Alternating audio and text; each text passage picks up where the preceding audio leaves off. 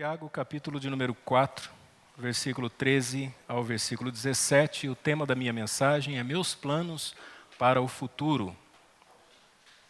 Diz assim a palavra de Deus: Eia agora vós que dizeis, hoje ou amanhã iremos a tal cidade e lá passaremos um ano, e contrataremos e ganharemos.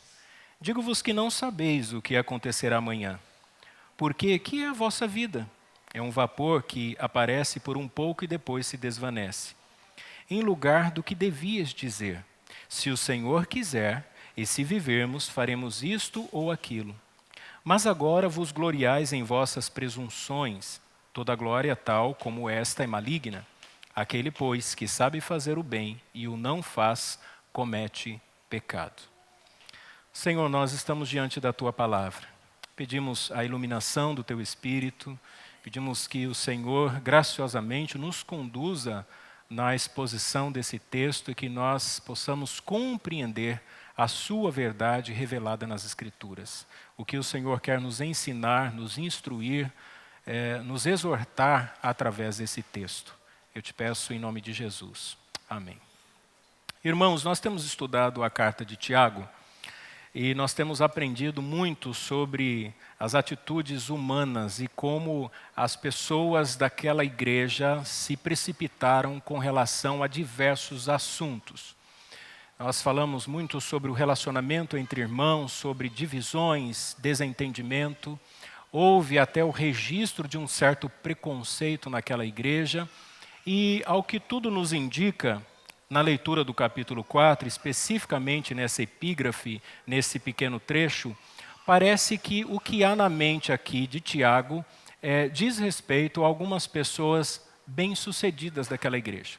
Alguns irmãos, provavelmente comerciantes, ricos, poderosos, que atribuíam a sua fortuna, o seu sucesso material, o seu status social, a sua posição na estratificação social, por ocupar determinados cargos, a sua competência administrativa, a sua capacidade de cuidar, planejar, organizar, investir e receber o lucro dos seus investimentos. Pessoas que, nos dias de hoje, na realidade do mundo em que nós vivemos, extremamente capitalistas, com certeza seriam vistas e aceitas como pessoas muito bem-sucedidas, pessoas felizes, pessoas que alcançaram aquilo que todos nós desejamos. Eu acho que aqui ninguém trabalha por hobby, né? A gente trabalha porque precisa, trabalha porque tem alguns objetivos na vida e a gente sabe que para conseguir algumas coisas nós precisamos de dinheiro. Agora, o que eu acho interessante, irmãos, nas Escrituras, é que ela não maqueia os seus personagens. Se nós olharmos ao longo da história bíblica, todos os homens de Deus, homens que marcaram seu tempo porque foram poderosamente usados por Deus, cometeram erros gravíssimos e esses homens sofreram as consequências dos planos mal feitos.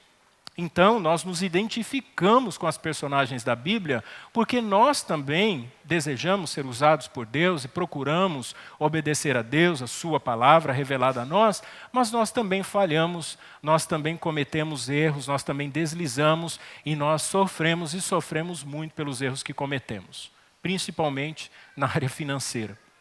Quantos já não sofreram com dívidas com banco, cartão de crédito, dívidas de empréstimos, ou porque adquiriram um carro ou uma casa e ficaram desempregados, ou porque gastaram além do que poderiam pagar, ou porque fizeram um investimento ou planejaram algum negócio sem muita experiência, sem muita capacidade de análise e depois sofreram as consequências. Nós temos homens na Bíblia, como por exemplo Ló, que decidiu mudar-se para Sodoma e que causou sérios problemas à sua família.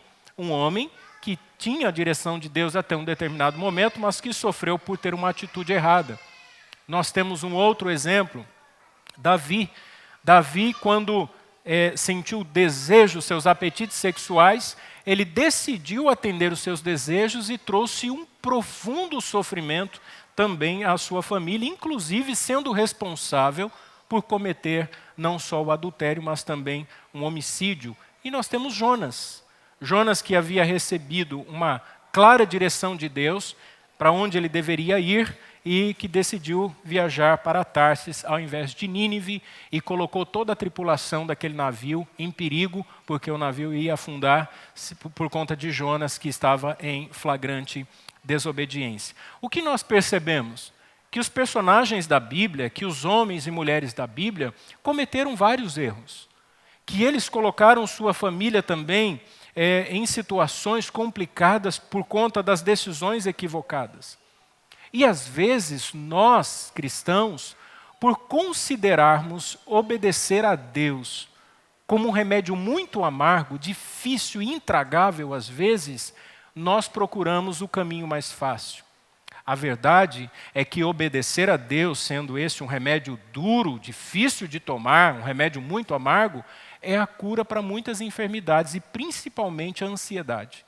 Nós vivemos em constantes crises de ansiedade, estresse e excessivas preocupações que podem nos levar à morte espiritual porque nem sempre estamos dispostos a obedecer a Deus.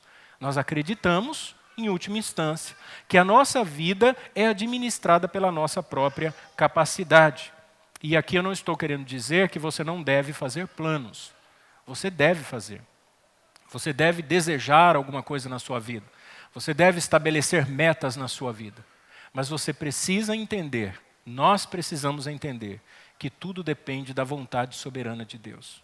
Que nós não conseguimos aumentar sequer um dia mais da nossa existência, que nós não conseguimos prever o que vai acontecer daqui em diante, e nós estamos sempre sujeitos às intempéries da vida, a momentos de crise, a momentos de conflito, a algo inadministrável que pode surgir, circunstâncias inesperadas. E nós precisamos aprender a lidar com essas circunstâncias, não confiando nos nossos planos para o futuro, senão na vontade soberana de Deus. E Tiago, então, vai ressaltar aqui, nesse trecho, 3 atitudes com relação à vontade de Deus. Ele vai nos ensinar, nesse trecho, que existem 3 atitudes com relação à vontade de Deus que nós podemos tomar ou nos posicionar. E dessas 3, somente uma está correta. Vejamos então quais os argumentos dele com relação a essas atitudes. A primeira atitude que Tiago diz aqui é ignorar a vontade de Deus. Pode não parecer, mas existem pessoas que ignoram, que simplesmente desconhecem a vontade de Deus. Para essas pessoas, a vontade de Deus não existe. Elas não têm qualquer consideração, elas são completamente ignorantes com respeito à vontade de Deus. E isso é muito perigoso. Primeiro, porque a vida é muito complexa. A vida não é tão simples. A vida nos apresenta circunstâncias que fogem à nossa capacidade de compreensão. Você pode desejar alguma coisa, planejar e alcançar, mas pode ser que nesse percurso, pode ser que neste caminho, até aquilo que você deseja para a sua vida, aconteçam coisas que você vai dizer assim, meu Deus, não acredito que isso aconteceu. Uma doença, uma fatalidade, um conflito familiar, algo inesperado que vira a sua vida de cabeça para baixo, que tira o seu chão. A vida é de fato muito complexa. Olha o que ele diz no verso 13. Eia, agora vós que dizeis, hoje ou amanhã iremos a tal cidade, e lá passaremos 1 ano e contrataremos e ganharemos. Observem, meus irmãos, este versículo com bastante cuidado. Ele diz a respeito dessas pessoas, hoje ou amanhã, há um planejamento aqui. Essas pessoas dizem, iremos para tal cidade. Elas têm um local em mente. Elas falam, lá passaremos 1 ano dentro do seu planejamento há um tempo determinado. Essas pessoas dizem, e contrataremos, ou seja, nós temos recursos, nós vamos fazer um investimento. E por fim, essas pessoas dizem, e ganharemos a previsibilidade do plano aqui elaborado. O que há de errado nisso?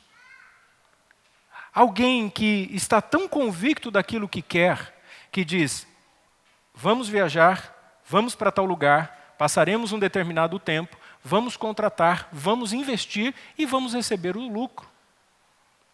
Não é isso que as pessoas fazem no mundo dos negócios? Análise, planejamento, perspectiva de ganho. Mas algo que não pode passar despercebido de nós aqui é exatamente o início do versículo 13. Tiago não está dizendo que essa é a vontade de Deus. Ele está dizendo: eia, agora quem? Deus? Não, vós que dizeis. É você que está dizendo que vai fazer isso.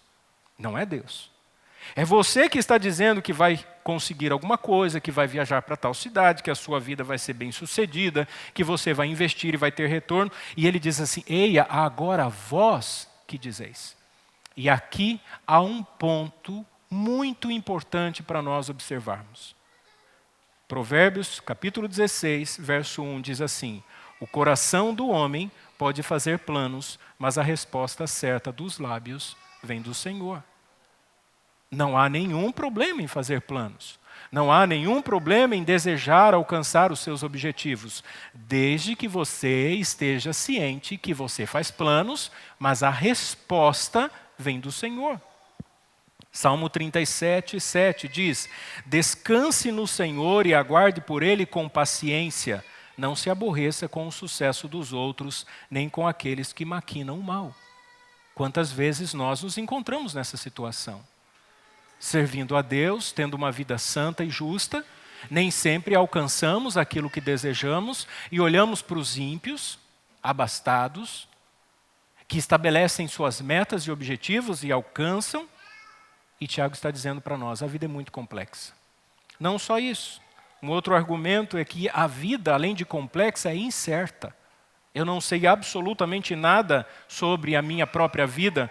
No verso 14, a parte A, ele diz assim: digo-vos que não sabeis o que acontecerá amanhã.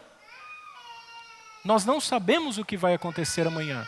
Nós não temos o controle, nós não conseguimos, nós podemos até fazer planos para o ano inteiro, mas nós não somos capazes de prever um único dia sequer. Nós traçamos as metas para a nossa vida. E eu tenho objetivos a curto, médio e longo prazo. Mas se você perguntar para mim assim: pastor Luiz, o que vai acontecer amanhã? Eu não sei. A minha vida é incerta. Eu tenho objetivos para os próximos meses, para os próximos anos, mas o fato é que eu não sei o que vai acontecer amanhã. E há um registro em Lucas, capítulo 12, do 16 ao 21, que é a parábola do fazendeiro rico, que decidiu construir celeiros maiores, porque a sua colheita foi muito abastada, foi muito grande, e esse homem então se encontra numa situação de grande fartura, de sucesso, um grande investidor, empreendedor, um homem rico. E olha o que diz o Evangelho, Lucas 12, do 19 ao 20. Então, direi à minha alma: tens em depósito muitos bens para muitos anos, descansa, come, bebe e regala-te. Louco, esta noite te pedirão a tua alma, e o que tens preparado, para quem será? Notem, meus irmãos, então direi à minha alma. As pessoas que planejam a vida, principalmente do mundo dos negócios, elas consideram a sua vida como o centro de tudo o que faz. João Calvino, o reformador, dizia que os ricos, eles tinham a alma como o centro de suas afeições e conquistas. Parece-nos que esse fazendeiro aqui também tem a alma como a sede de todos os seus afetos. Ele diz à sua própria alma: tens em depósito muitos bens para muitos anos. Se fosse hoje, é o que todo youtuber do mundo dos negócios fala: busque a sua independência financeira. Você já ouviu isso? Quem não tem vontade de ter independência financeira? A inflação, olha o desemprego, mudou o governo. Você tem independência financeira. você tem investimentos, você tem muito patrimônio, você tem uma renda alta, muito dinheiro, pode afetar alguma coisa, mas não vai mudar a sua realidade, você é uma pessoa abastada. E essa pessoa diz assim: descansa, come, bebe e regala-te. Prazer, luxúria, vida boa, só pensa em dinheiro. Viu metal. Essa pessoa, diz o Evangelho de Lucas, que ela escuta assim: louco, insensato, seu sem noção. Será que você não percebeu que tudo isso que você tem nada conta com relação à vida eterna? Será que você não percebeu que você só vive para o dinheiro? E aí então vem a sentença: esta noite te pedirão a tua alma. Um mensageiro do mundo espiritual vai buscar a alma dessa pessoa. Já imaginou isso? Alguém que diz assim: olha, tudo que eu tanto desejei, os meus planos para o futuro, eu alcancei. Trabalhei, aposentei, tenho uma boa aposentadoria, tenho casas alugadas, tenho investimento X, Y. Olha, agora eu estou muito feliz, eu posso deitar na rede e aproveitar a vida. E o mensageiro da morte diz: hoje eu venho buscar a tua alma. E aí vem a pergunta: e o que tens preparado? E os seus recursos? Tudo que é fruto do seu planejamento, tudo que você angariou com o seu trabalho, para quem será? E aqui não fala de herdeiros ou do inventário. Senão você poderia dizer assim: será para os meus herdeiros, né? Os que estão com o nome lá no meu inventário. Não, é para quem você fez isso, qual o objetivo da sua vida. Há uma reflexão para nós. Nós trabalhamos, nós desejamos muitas coisas, nós nos preocupamos com muitas coisas no mundo, na vida financeira, nós sabemos dos compromissos que nós temos e do que o nosso coração deseja. Mas será que tudo isso não é para nós mesmos? Será que a gente não vive em função do próprio ego, do próprio desejo de conquista e de realização? Ou nós vivemos para a glória de Deus e investimos a nossa vida, as nossas afeições e a nossa alma para Deus e pensamos na eternidade? Será que tudo que a gente tem é temporário? Será que toda a nossa perspectiva se resume a esse mundo? Então, diante de um diagnóstico, diante da possibilidade da morte, do que vale tudo isso? O nosso chão é o nosso dinheiro, a nossa estabilidade emocional é a nossa conta bancária, é o emprego que nós temos, é o carro, a casa, a condição financeira, o que nós temos preparado para quem será. E aí Tiago nos leva então a uma outra observação e um argumento muito interessante. A vida é incerta, a vida é complexa e a vida é breve. Olha agora a parte B do versículo 14. Porque que é a vossa vida? É um vapor que aparece por um pouco e depois se desvanece. Ele compara a nossa vida a um vapor. Nós medimos a nossa vida em anos. 10 anos, 20 anos, 30 anos. Cheguei nos meus 41 anos, janeiro 42. Entra no ENTA, já é a fase que vai declinando. 40, 50, 60, 70, 80.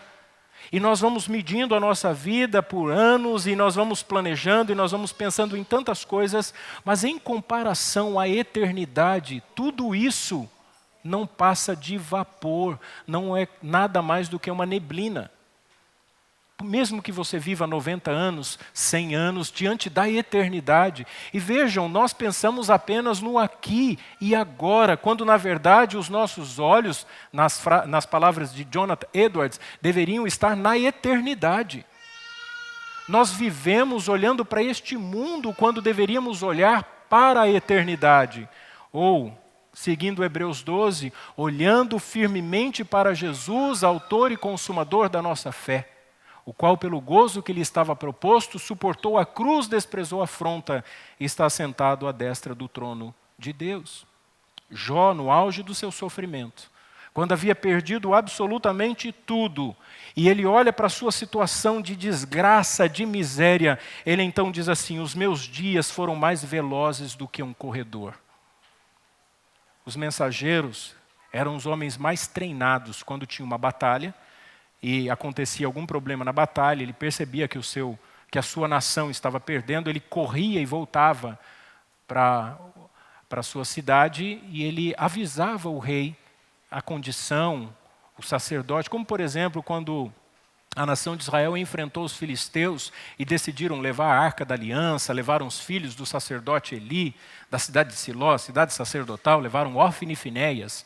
A arca foi tomada, 30.000 israelitas morreram, Ofni e Finéias foram mortos. Diz o texto bíblico que o mensageiro da tribo de Benjamim correu velozmente e voltou para contar para Eli o que tinha acontecido. Foi naquele episódio que a nora de Eli recebe a notícia que o sogro tinha morrido, caiu da cadeira, quebrou o pescoço, que o seu marido Finéias tinha morrido, que a arca tinha sido tomada, ela dá a luz e morre também, mas antes ela dá um nome ao filho de Icabode, foi-se a glória de Deus.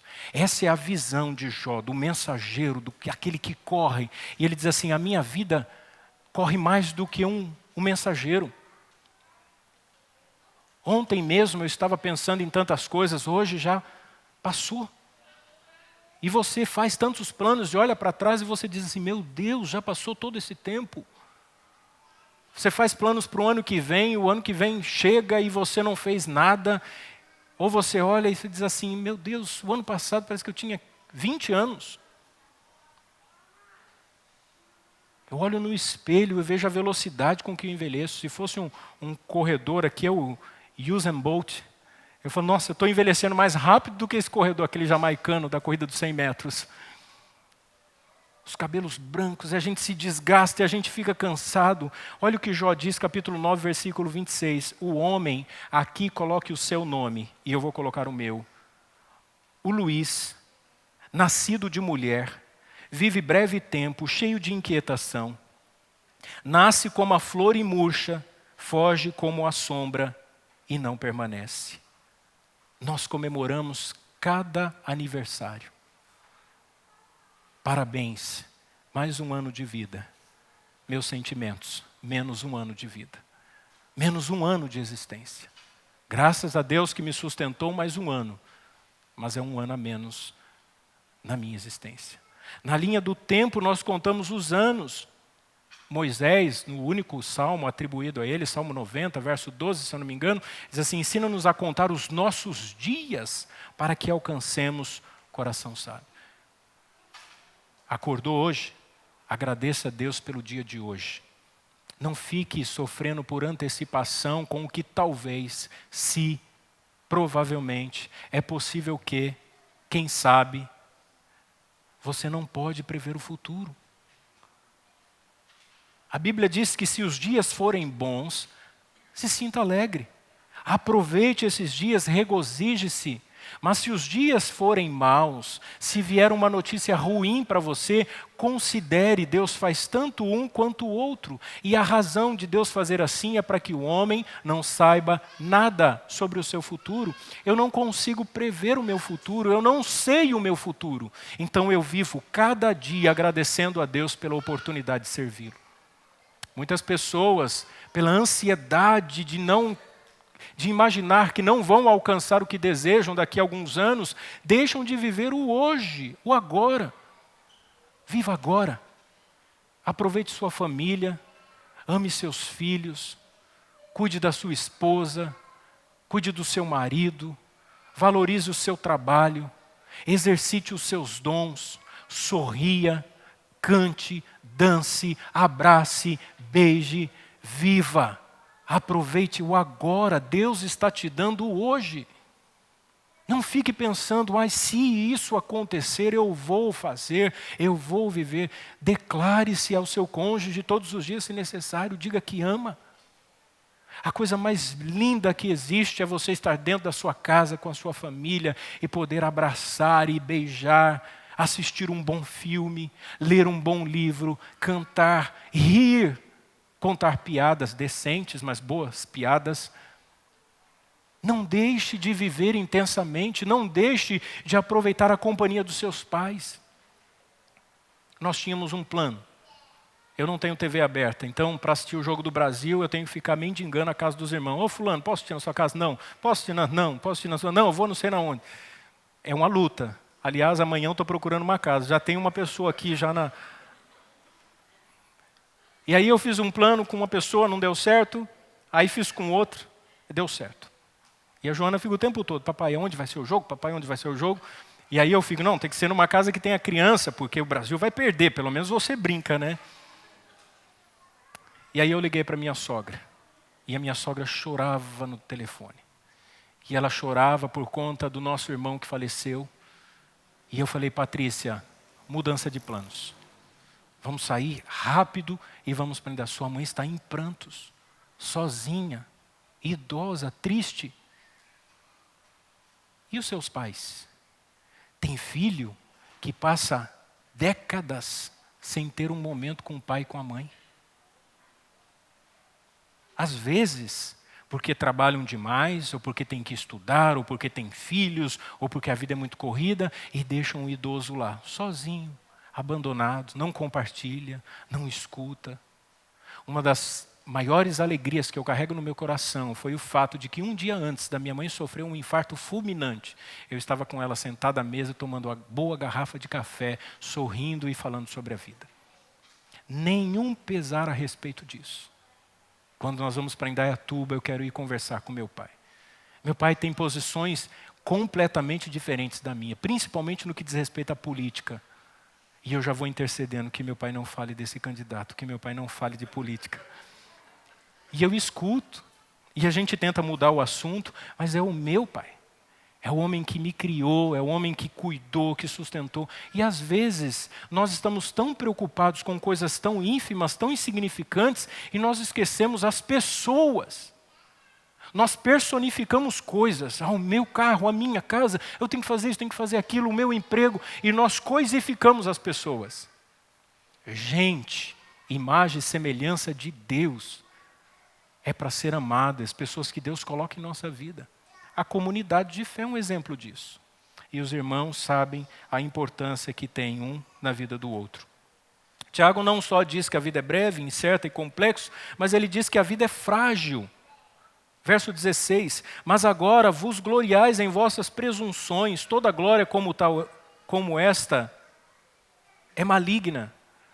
Presunção, jactância, vanglória, tentativa de encobrir suas fraquezas, suas limitações, dando um ar de que você é melhor do que os outros. Os homens ricos gostam muito disso, desejam o poder mais do que o dinheiro. Às vezes você não se pergunta, por que fulano rouba, às vezes um político do alto escalão, você fala assim, ele já tem dinheiro para 3, 4 gerações, ele nunca vai gastar o dinheiro que ele tem, e ainda ele continua. Ele quer permanecer no cargo, ele quer continuar. Irmãos, é o poder, mais do que o dinheiro, é o poder. As pessoas se apegam ao poder. E essas pessoas ficam se vangloriando, são arrogantes. E é interessante que há uma personagem bíblica que, se você olhar a história de vida dela, é o rei Salomão, um homem que conquistou absolutamente tudo. Em Eclesiastes capítulo 12, ele nos leva a uma reflexão, e eu falei sobre essa passagem no culto fúnebre, no domingo passado. Salomão se imagina numa casa, e ele está exatamente na janela, olhando para fora. E ele começa a criar metáforas, e ele compara a casa à sua própria vida. Um homem já cansado, desgastado com as experiências da vida, o laboratório da vida. E Salomão começa a refletir sobre suas conquistas, sobre suas amizades, sobre sua beleza, sobre sua saúde. E olha o que ele nos diz. Ele lembra que ele foi jovem.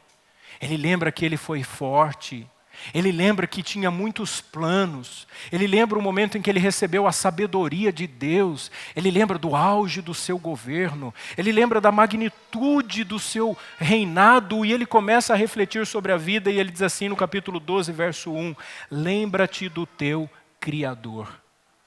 Interessante, irmãos, que aqui Criador vem de Elohim, que é o Criador mesmo, é o nome dado ao Deus Criador, e não Iavé, que é o Deus da aliança. Ele não está falando sobre lembra-te do Deus da aliança, não, ele fala lembra-te que existe um Deus que criou você, e que essa vida que Ele te deu, ela tem um período, um curso. E Ele diz assim, nos dias da tua mocidade. Lembre-se que Deus te criou quando você ainda é jovem. Antes que venham os maus dias, ele não fala sobre possibilidades, ele diz assim, na vida de todo mundo vai chegar um momento ruim. Eu sei que eu vou passar por momentos difíceis na minha vida, se o Senhor não me levar. Eu sei disso. Eu peço a Deus que me dê graça e força para enfrentá-los. Mas eu não crio uma ilusão de que vai ser sempre alegria, festa. Não, haverão momentos difíceis. De vez em quando eu começo a filosofar lá em casa, eu falo assim, Patrícia, no meu velório eu gostaria muito que você fizesse assim. Ela fica, mas já vai começar com essas histórias? Deixa para a gente sofrer quando acontecer. E é fato, irmãos, não dá para preparar. Por mais que você saiba, você nunca está preparado para o dia ruim. Ele diz assim, antes que cheguem os maus dias, e agora, olha que interessante, e cheguem os anos dos quais venhas a dizer, não tenho neles contentamento. Ele diz assim, vai chegar um tempo na sua vida que você vai estar tão velhinho, que você vai falar assim, eu não sei porque que eu estou vivo ainda. Eu fui visitar a irmã Josina, e ela falou, pastor, sabe qual é a minha oração? Deus, me leva. Enquanto nós jovens dizemos assim, Senhor, eu quero viver, o bem idoso está dizendo, Senhor, me leva. Porque dói o corpo, cansa, não pode fazer nada, ela só fica dentro de casa. Ela fala assim, me leva. E Salomão então diz, ao olhar pela janela dessa casa, ele diz assim, antes que se escureça o sol, e a luz, e a lua, e as estrelas, e tornem a vir as nuvens depois da chuva, sucessivas tempestades, momentos difíceis durante a vida, verso 3, no dia em que tremerem os guardas da casa, os braços começarão a tremer, você não vai ter a mesma força, você vai pegar um saco de cimento e não vai ter a mesma força que você tinha quando era jovem. E se curvarem os homens fortes, as pernas não terão a mesma força. Estava varrendo a calçada, passou um senhorzinho bem idoso, caminhando bem lentamente, passou por mim e disse assim, bom dia. Eu falei, bom dia. Chegou na esquina, ele parou, deu meia volta e lá vem ele de novo. Aí eu falei, está tudo bem? Ele, a mente tem vontade de caminhar, mas as pernas não aceitam. E Salomão está passando por uma fase parecida, antes que se curvarem os homens fortes e cessarem os moedores por já serem poucos, os dentes vão caindo, vai cariando, você vai tendo problema, vai no dentista, tira um, tira outro, daqui a pouco ou você faz um implante ou coloca uma dentadura. Os moedores vão sendo pouco, e se escurecerem os que olham pela janela, é glaucoma, a pressão do olho aumenta, catarata, você perde a capacidade de enxergar, miopia, tantos problemas que você vai tendo no verso 4. E as duas portas da rua se fecharem por causa do baixo ruído, ele fala dos ouvidos, da audição. Toda casa parece que tem duas portas, né? Pelo menos a pastoral é assim, a porta da sala de entrada e a que sai para o fundo, que é a da cozinha. E Salomão está numa casa semelhante, ele diz assim, as duas portas se fecharem, não escuta mais nada, fechou a casa. E a casa aqui é a vida dele. Verso 5, e quando houver espantos no caminho, o idoso fica com medo de sair sozinho, ele tem medo de atravessar uma avenida muito movimentada, ele tem medo de ser assaltado, ele tem medo de cair e quebrar uma perna ou sofrer um ferimento, o idoso fica com espantos. Quando florescer a amendoeira, os cabelos vão ficando brancos. Quando o gafanhoto for um peso, você já viu um gafanhoto caminhando, é todo desajeitado? O idoso também é assim, é suporte no corredor, é suporte no banheiro, é suporte do lado da cama, porque não consegue, não tem a mesma desenvoltura. E perecer o apetite, o estômago já não suporta mais os mesmos alimentos. Quando você é jovem, você come x-tudo e vai dormir. Depois é só um chazinho e uma bolacha de água e sal. Porque senão você fica com refluxo, o estômago não faz a digestão, é pesadelo a noite toda. E ele continua. Quando os pranteadores andarem rodeando a praça, aqui Salomão está vendo as pessoas lamentando a morte, a sua própria morte. E quando você vai num velório, você vê as pessoas chorando, né, porque tem lá um falecido. E ele então diz o verso 6, antes que se quebre a cadeia de prata, o seu sistema circulatório, você começa a ter problema nas veias, triglicérides, colesterol, entupimento das veias, a circulação, a hipertensão, e aí o coração sente, ele diz assim, se despedace o copo de ouro, o coração para de funcionar, aí não adianta. Quando o coração parar, cumpre-se o verso 7. E o pó volta à terra como era. Você desce e é sepultado. E o espírito volta a Deus que o deu. E aqui é o ponto a que eu me refiro.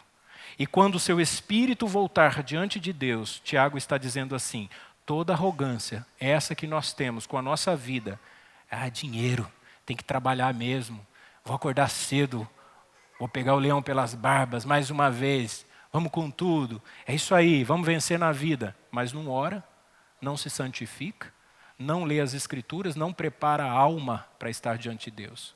Só o bolso, só o dinheiro, só busca as coisas deste mundo. Tiago diz que toda arrogância como essa é uma atitude maligna, pois você vai morrer como todos os seus semelhantes. Pararam para analisar a Copa do Mundo. Nós observamos, por exemplo, as estrelas do esporte. Esses dias assistindo uma partida da seleção brasileira, mostraram lá o Ronaldo Fenômeno, grande, Cafu. Aí você vê um comentarista, outro, ex-jogadores. E aí você admira os atuais jogadores. Hoje, tanto os atuais, as estrelas, como Neymar, Messi, Cristiano Ronaldo, como as ex-estrelas, todos estão no Catar. No luxo, na riqueza, na fama. Amanhã, se não se arrependerem de seus pecados, todos estarão no inferno. E nós admiramos as pessoas. E nós queremos ser igual a essas pessoas. E nós queremos dinheiro como eles. E nós queremos a fama. E nós queremos o status. O que nós não queremos é o céu. Se nós não cuidarmos do nosso coração, nós incorremos na mesma atitude dessas pessoas que vivem só pelo hoje, em busca de realizar os seus próprios desejos e apetites. Quanta insensatez ignorar a vontade de Deus diante da fragilidade da vida. Já pararam para analisar? É como andar num lugar escuro sem uma lanterna. É como estar em alto mar no navio sem uma bússola. Ou num lugar desconhecido sem um GPS no seu carro. As pessoas vivem completamente perdidas, sem nenhuma orientação. Eu lembro quando nós viajamos para Bonito, no Mato Grosso, nós fomos fazer trilha. E quando nós começamos a trilha, nós íamos descer depois o Rio Formoso, e quando você vai fazer trilha, tem uma placa na saída do lugar onde eles preparam e conversam, eles orientam sobre os perigos, porque você está entrando numa mata fechada. Então você tem um guia, um experiente, um homem que conhece o lugar, que conhece a fauna e a flora, conhece as espécies que tem ali, os riscos que existem ali. E a orientação é, nunca se afaste do seu guia. E eu acho que essa é uma expressão que se aplica muito bem a nós na vida cristã. Eu não sei o que você tem buscado para a sua vida. Eu não sei o que você tem feito, mas um recado eu posso te dar. Nunca se afaste do seu guia. Nunca se afaste de Jesus, irmãos, porque ao dia em que nós nos afastarmos do Senhor, nós nos perdemos no mundo. E aí só a misericórdia de Deus. A segunda atitude, a primeira é ignorar a vontade de Deus, a segunda é desobedecer à vontade de Deus. Então, uma atitude é não saber a vontade de Deus, outra é saber e decidir não obedecer a Deus. É flagrante desobediência. Veja o versículo 17. Aquele, pois, que sabe fazer o bem e o não faz, comete pecados. Nós estamos acostumados ao pecado de omissão, que é aquele pecado que a gente sabe assim, olha, eu poderia, aliás, de comissão, né? Eu fiz o que era errado. Mas a gente ignora o pecado de omissão, sabendo o que é o certo, mas não faz, que é pecado também. Há uma expressão, um versículo que eu acho muito interessante, que nós nos apegamos muito a ele, no que diz respeito ao comportamento social. E diz assim, Efésios 5,18, e não vos embriagueis com vinho, que leva à devassidão, mas deixai-vos encher pelo Espírito. Quantos de nós, ao ler esse versículo, a gente pensa assim, eu não estou pecando porque eu não estou me deixando embriagar pelo vinho em que há contenda ou devassidão. Mas nós nos esquecemos do imperativo que vem logo em seguida e que faz parte da mesma sentença. Você não só não pode viver de uma forma imoral, mas você é obrigado, e é essa a expressão, gostemos ou não, nós somos obrigados a buscar ser cheios do Espírito Santo. Deus não nos obriga a sermos cheios, mas a deixar-vos encher pelo Espírito. E o que isso significa? Que nós devemos orar, que nós devemos nos consagrar, que nós devemos procurar fazer a vontade de Deus, e a gente sabe o que deve ser feito. Só que como é um remédio amargo, a gente não quer tomar. E a gente pensa assim, bom, pelo menos eu não fui tão ruim ou tão cruel como outros que fazem determinadas coisas. Mas a gente não faz o que deve ser feito. Aí também não adianta. E aqui, irmãos, eu gostaria de apresentar alguns motivos que nos levam à desobediência. O primeiro deles, talvez seja a ignorância com relação à natureza da vontade de Deus. Algumas pessoas não compreendem o que é vontade de Deus. Não têm conhecimento a respeito da vontade de Deus. A gente pensa que vontade de Deus é algo que pode ser aceito ou rejeitado. Deus falou, eu posso fazer ou não. E a gente não percebe que a vontade de Deus, ela é soberana, por isso, quando nós desobedecemos, nós somos disciplinados. E aqui eu quero abrir um parênteses para que você entenda. Se você está vivendo em desobediência a Deus, está sentindo tristeza pelo pecado cometido, necessidade de correção e arrependimento e confissão de pecado. Se você está sentindo que a sua vida não está correta, mas você ainda sente o desejo de fazer o que é certo, eu não tenho dúvidas de que Deus está disciplinando você. E isso é bom. Agora, se você disser para mim, pastor, eu vivo em pecado, mas eu não sinto absolutamente nada, talvez você não tenha nascido de novo. Talvez o seu coração não seja um coração regenerado. É impossível que alguém que tenha um coração regenerado, diante de uma prática reprovada por Deus, não se sinta incomodado. Se você continua praticando, e aqui eu sei que a gente peca, mas se você disser para mim assim, olha, eu peco, mas eu sinto muito pelos erros que eu estou cometendo, e eu sinto que Deus está me chamando ao arrependimento, é a ação de Deus na sua vida. Ou se você está sofrendo as consequências de um pecado, é uma ação de disciplina do Senhor. Deus, como Pai, disciplina seus filhos. Agora, o dia em que você disser assim, pastor, eu peco, mas eu não sinto nada, e eu continuo no mesmo ciclo, entrando e saindo, talvez você precise repensar se você realmente é convertido. Não é compatível à luz das Escrituras. Por exemplo, eu não consigo, na minha compreensão bíblica, entender alguém que não se sinta incomodado diante da mesa do Senhor, com a palavra do próprio Cristo, dizendo, se você não comer e se você não beber, não tem parte comigo no reino. O Senhor está literalmente dizendo, você não vai entrar no meu reino. E se você não toma a ceia por conta de um pecado e não abandona o pecado para tomar a ceia, você está dizendo, Senhor, eu não quero o teu reino. E se você toma a ceia em desobediência, sem mudança, você será culpado pelo corpo e o sangue do Senhor. Porque você não está discernindo o corpo do Senhor. Uma vida real de conversão nos leva a uma profunda introspecção. Se o Senhor nos chamar hoje, qual será a nossa atitude? Tiago fala sobre a nossa insatisfação também com a disciplina. Muitas pessoas querem desobedecer a Deus porque estão insatisfeitos com a disciplina. Há pessoas que não aceitam a disciplina, não admitem. Você não pode dizer que ela está errada. Ela não aceita. No mundo individualista, extremamente hedonista, onde cada um busca satisfazer o seu próprio desejo, ouvir um pastor dizendo que é pecado e que você está debaixo de ira e juízo pelo pecado que está cometendo é algo extremamente agressivo.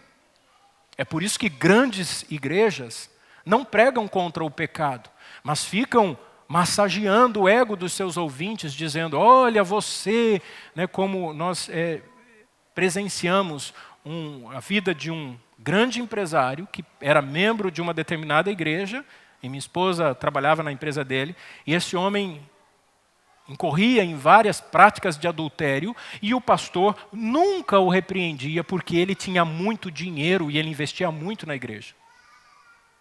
E um dia, o pastor foi refazer o casamento dele, inclusive celebrando de novo. E ele adulterou de novo.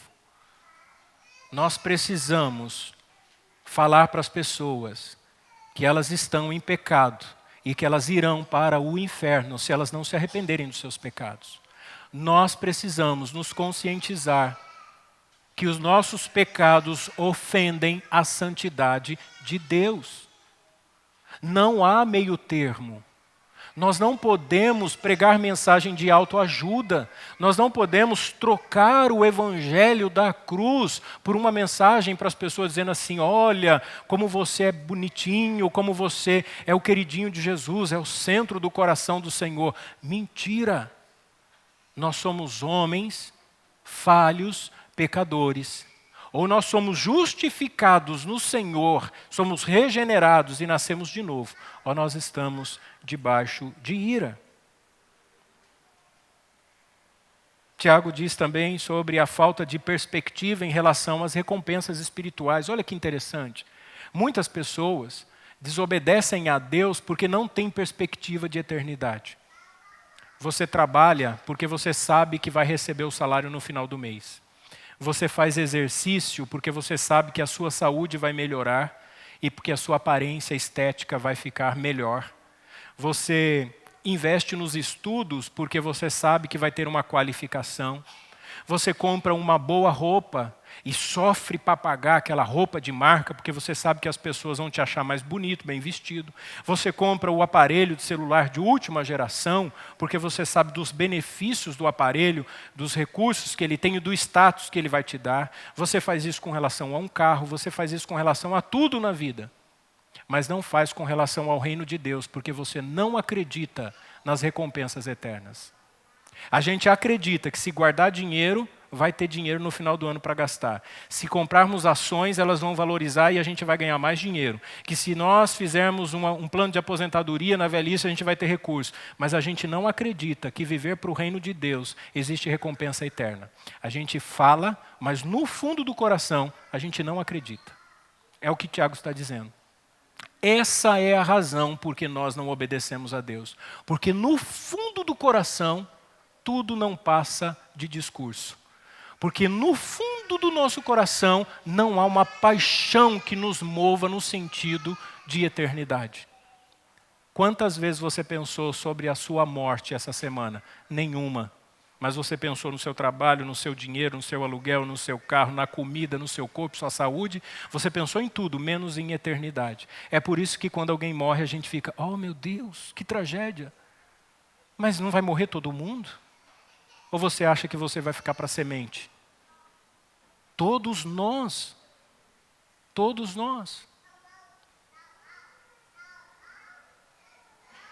Terceira atitude, para concluir, verso 15. Ele fala então sobre obedecer à vontade de Deus. Em lugar do que devias dizer, se o Senhor quiser, se vivermos, faremos isto ou aquilo. Se o Senhor quiser. Não deveria ser apenas uma declaração da nossa boca, irmãos, deveria ser uma atitude do nosso coração.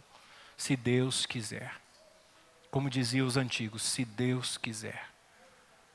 Eu pretendo fazer, se Deus quiser.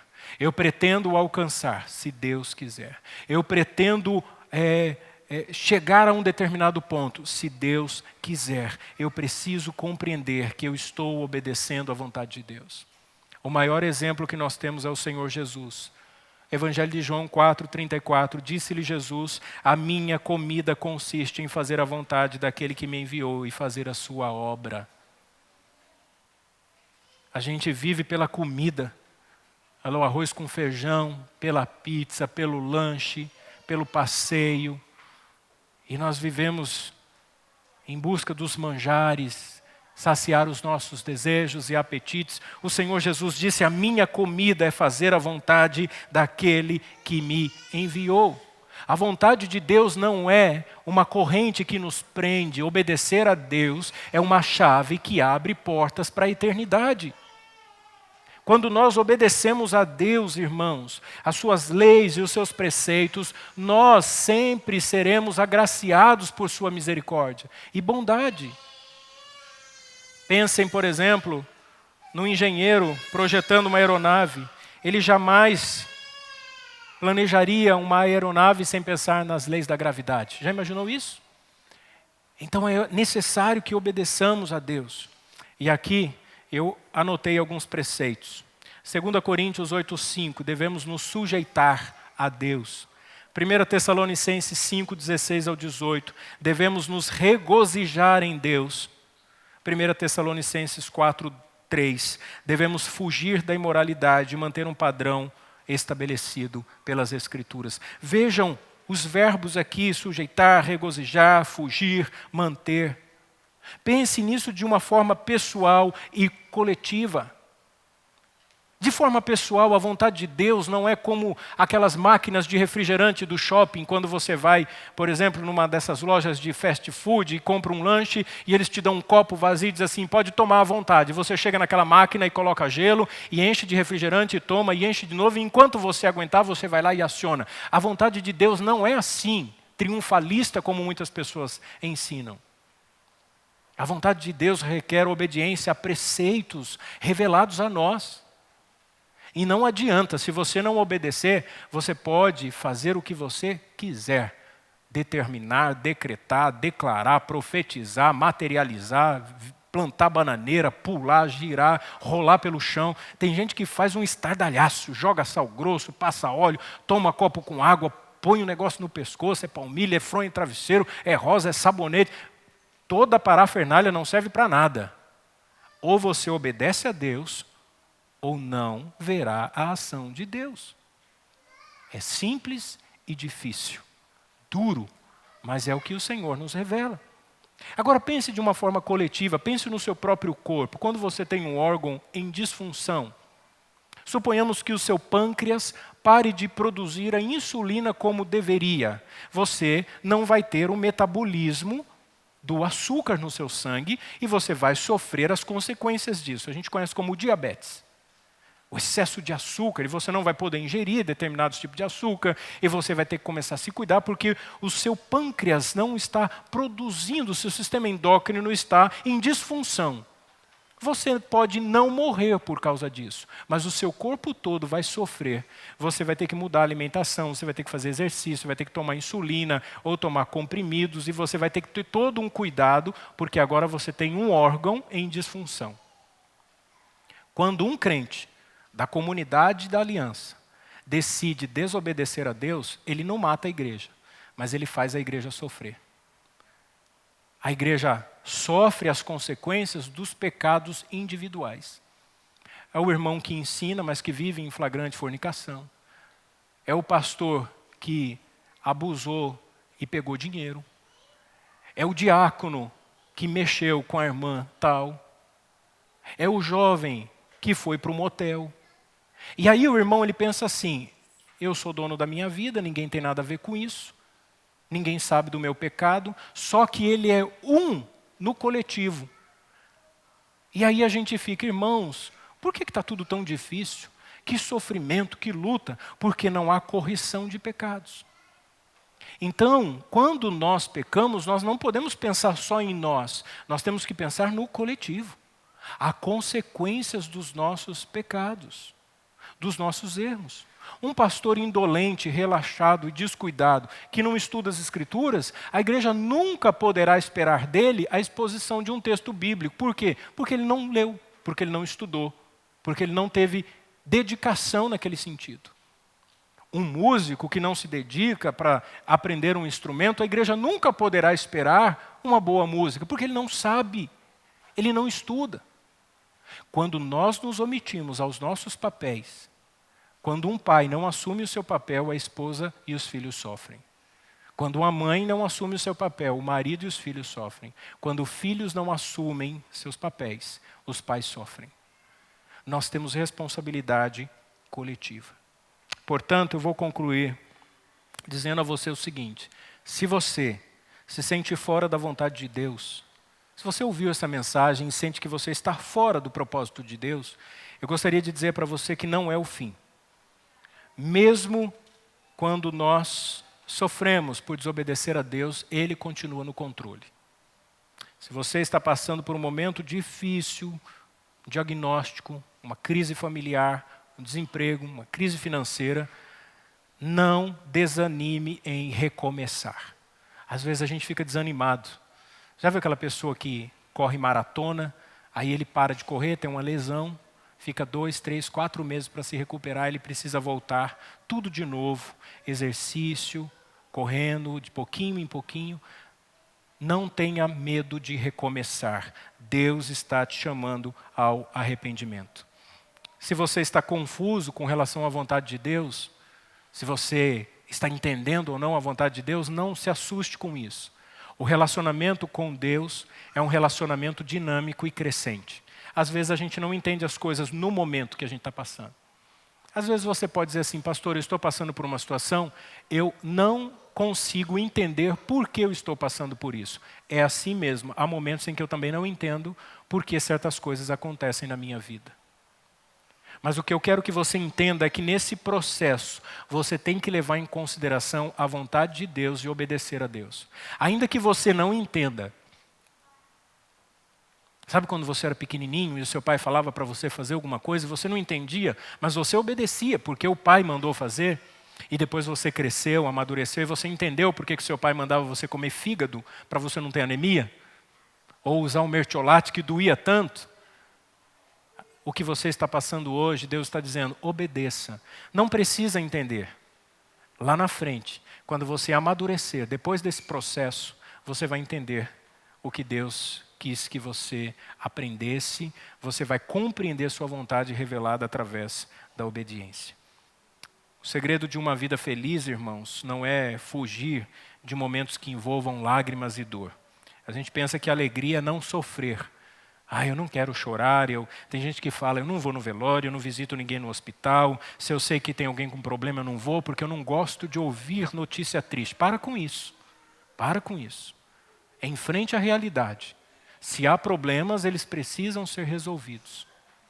Às vezes a gente precisa abrir o coração, procurar o cônjuge, procurar o pai e a mãe e falar, olha, minha vida está assim. Procurar o pastor, procurar os presbíteros, um irmão mais maduro na fé. E abrir o coração e falar, olha, eu estou nessa situação, eu preciso de ajuda, eu preciso de mudança. O segredo de uma vida feliz é deleitar-se no dever. Quando o dever se torna um prazer, os fardos se tornam em bênçãos. Quando você sente prazer em obedecer a Deus. Há uma ilustração que eu acho bastante interessante. Um certo senhor encontra um jovem carregando um outro nos seus braços. E aquele senhor fica impressionado ao olhar para aquele jovem carregando outro jovem nos braços. E ele diz assim, jovem, esse peso é muito para você. Ele olha para o senhor e diz assim, não é um peso, é o meu irmão. Ele carregava nos braços o seu irmão deficiente. Quando você está compromissado e envolvido com uma causa, não é um peso. Algo tem valor para você. Não há peso nenhum em obedecer a Deus, desde que nós estejamos dispostos a isso. Agora, se eu não me envolver, sempre será difícil e pesaroso. Amém? Que Deus nos abençoe e nos ajude nessa caminhada.